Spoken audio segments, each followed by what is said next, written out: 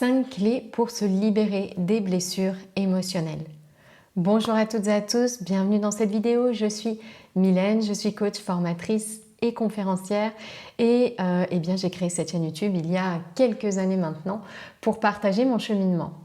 Dans cette vidéo, j'ai à cœur de revenir sur cette thématique des blessures émotionnelles parce qu'en réalité, si on a le sentiment de vivre toujours les mêmes situations d'inconfort dans notre vie, si on a le sentiment de ne pas accéder à qui l'on est, de ne pas être libre de nos comportements, c'est parce qu'il y a des blessures qui sont présentes. Alors on parle de blessures émotionnelles, on parle parfois de blessures de l'âme parce qu'elles sont tellement profondes que c'est comme si elles avaient fragmenté notre âme et donc on va avoir besoin de faire un travail, on va en reparler justement, de recentrage, on pourrait dire, pour recoller tout cela ensemble, réaligner tout cela pour pouvoir avancer librement et accomplir notre grande mission.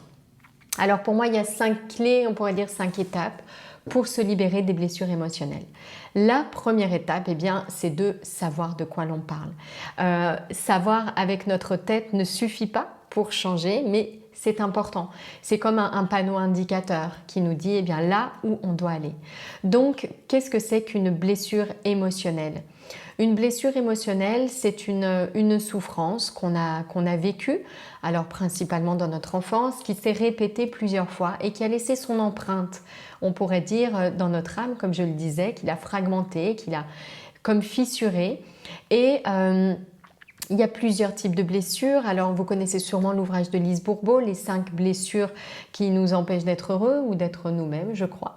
Donc, il y en a 5. Elle parle de la blessure d'injustice, de la blessure de rejet, de la blessure d'humiliation, de la blessure d'abandon et de la blessure de trahison. Je vous invite vraiment à lire cet ouvrage parce que pour chacune de ces blessures, il présente les caractéristiques de la blessure, les signes physiques éventuellement de la blessure qui peut avoir un impact sur notre corps physique, les traits de caractère, les défauts, nos réactions dès lors qu'on est dans l'un ou l'autre de ces schémas. Et je parle de schémas parce que ces souffrances ont laissé une empreinte si forte que lorsqu'on retraverse une situation qui nous évoque plus ou moins lointainement même cette souffrance de départ, on va avoir tendance à réagir d'une certaine façon, de rentrer donc dans un schéma avec des pensées, l'émotion qui est là et donc des paroles ou des attitudes qui sont un peu toujours les mêmes. Alors il peut y avoir plusieurs schémas d'ailleurs par blessure, parfois on va avoir un schéma plutôt de reproduction, parfois ça va être plutôt un schéma d'évitement, mais voilà, de manière globale, générale, en fait on est enfermé dans une manière de réagir qui est un peu automatique et dans laquelle on n'est pas libre du coup. On a perdu une partie de notre liberté parce qu'il y a cet automatisme qui est là, ce réflexe qui est là et qui nous empêche en fait de libérer notre pouvoir, de créer en cet instant quelque chose qui est en accord avec nous-mêmes en profondeur. Au lieu de ça, la réaction nous emporte. Donc ça, c'est vraiment la première chose, c'est de savoir de quoi l'on parle. Donc encore une fois, je vous invite à lire ce livre, ou peut-être d'autres d'ailleurs sur la question. En ce qui me concerne, c'est celui que j'ai lu, pour pouvoir, deuxième clé, deuxième étape, être ensuite à l'écoute. Vous mettre vraiment dans l'observation de la place que prennent ces blessures et ces schémas dans votre vie. Alors pour moi, en arrière-plan de toutes ces blessures, il y a une peur fondamentale qui est celle d'être séparé de l'amour. L'amour qui est notre nature et lorsqu'on s'est, incarné sur Terre, lorsqu'on est arrivé sur Terre, il y a eu comme une séparation. On est dans un corps physique qui a l'air bien distinct des autres. On se sépare de la personne qui nous a porté. Il y a comme ici une séparation, une rupture. Et je crois que c'est cette séparation, la souffrance qui a accompagné cette séparation qui est à l'origine de toutes les autres. Pour moi, c'est cette peur fondamentale, donc d'être séparé de l'amour. Pour autant, connaître ces différentes blessures, ça a sa place aussi parce que ça permet, à mon sens, d'être plus précis dans l'observation ensuite des différents schémas. Donc, deuxième clé, comme je le disais, observer, avoir une routine d'observation. Quelle place est-ce que ça prend, la blessure d'injustice dans ma vie? Quel type de réaction est-ce que j'ai qui sont en lien en fait avec cette blessure de départ, qui sont en lien avec cette grande souffrance, cette grande peur qui a été là au départ, qui n'a pas été accueillie, qui n'a pas été soignée? Et donc avoir cette routine-là pour pouvoir identifier dans nos comportements la place justement de cette émotion.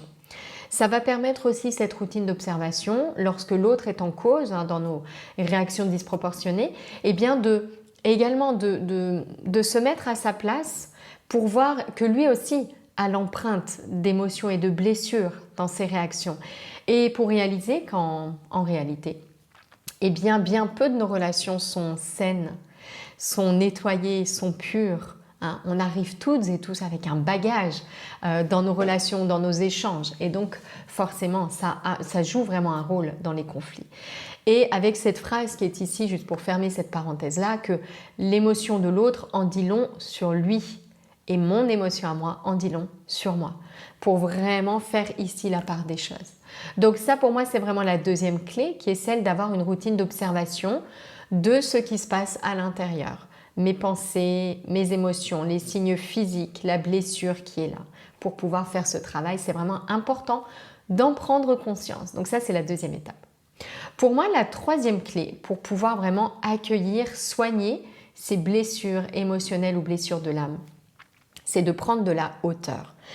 Einstein disait « on ne peut pas résoudre un problème depuis le mode de fonctionnement qui a créé ce problème, depuis ce même mode de pensée. » Ici, j'ai vraiment la même image. Vous avez cette image de nos différents corps, du corps physique jusqu'au corps plus spirituel, plus large, du coup plus étendu. Et à mon sens, pour pouvoir soigner une blessure émotionnelle, qui est donc en lien avec le corps mental et corps émotionnel, il va être nécessaire à mon sens de prendre encore plus de hauteur pour avoir du recul en réalité. C'est ce que j'appelle ici élever ses vibrations.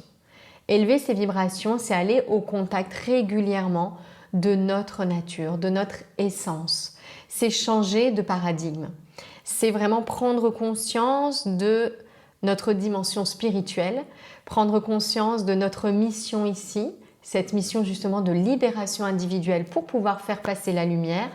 Et vraiment, je dirais, de prendre cette hauteur, ce recul-là, ça va aider à aller accueillir en fait l'émotion. Si on reste au niveau de l'émotion, on va remplacer cette émotion par une autre et en réalité, on ne va pas soigner les choses en profondeur. Donc pour moi, ça, c'est une étape qui est nécessaire. Alors, comment est-ce qu'on élève ces vibrations ? J'ai proposé un contenu il n'y a pas longtemps justement là-dessus, donc je vais vous inviter à aller le voir. Parce que, à mon sens, c'est essentiel, encore une fois, pour pouvoir travailler sur nos pensées, sur nos émotions, sur notre énergie, sur notre corps, que d'aller explorer, on pourrait dire, nos dimensions supérieures, nos corps supérieurs. La quatrième chose, donc quand on a travaillé à élever justement nos vibrations, là, on va pouvoir quelque part revenir et faire un travail d'accueil.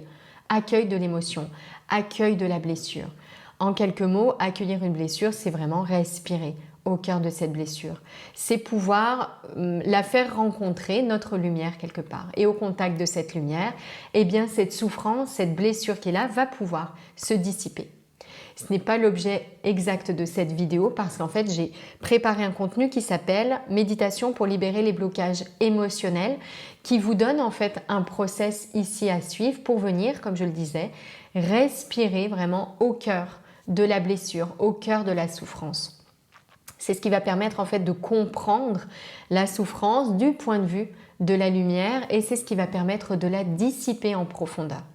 Donc ça, à mon sens, c'est la quatrième étape. Et puis la cinquième clé pour se libérer des blessures émotionnelles, ensuite ça va être d'agir depuis ce nouvel espace.